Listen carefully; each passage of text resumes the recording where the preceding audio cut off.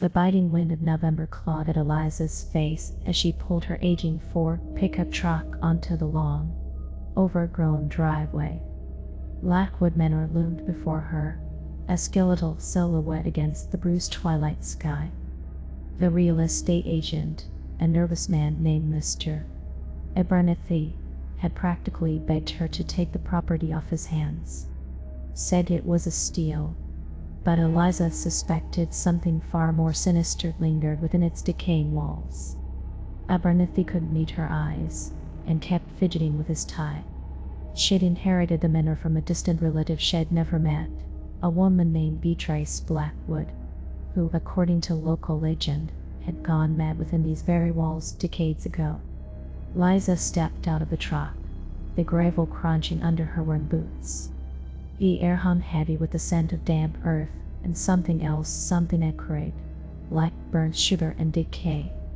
The house groaned, a mournful sigh that echoed through the bare branches of the ancient oaks surrounding it. The front door, a massive oak affair studded with rusting iron, was unlocked.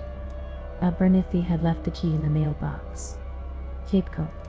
Inside, dust motes danced in the slivers of moonlight that pierced through the grimy windows.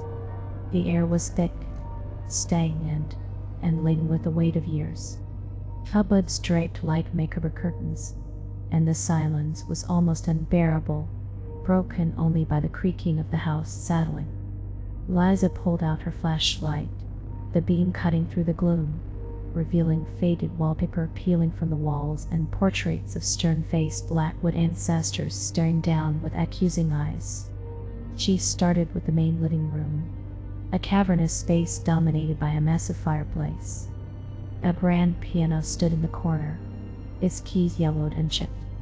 As she ran her hand across the keys, a discordant chord echoed through the room, sending a shiver down her spine. She moved on to the library, drawn by the promise of knowledge. Shelves lined the walls, filled with leather-bound books, their titles obscured by dust. She pulled one out at random, a journal, bound in black leather, with the words Beatrice's musings embossed in faded gold lettering. Intrigued, Eliza sat down in a dusty armchair and opened the journal.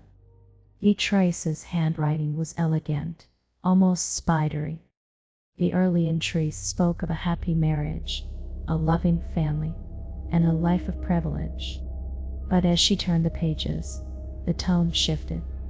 Beatrice wrote of unsettling dreams, whispers in the night, and a growing sense of dread. She spoke of a presence in the house, a malevolent entity that seemed to feed on her sanity. One entry chilled Eliza to the bone. It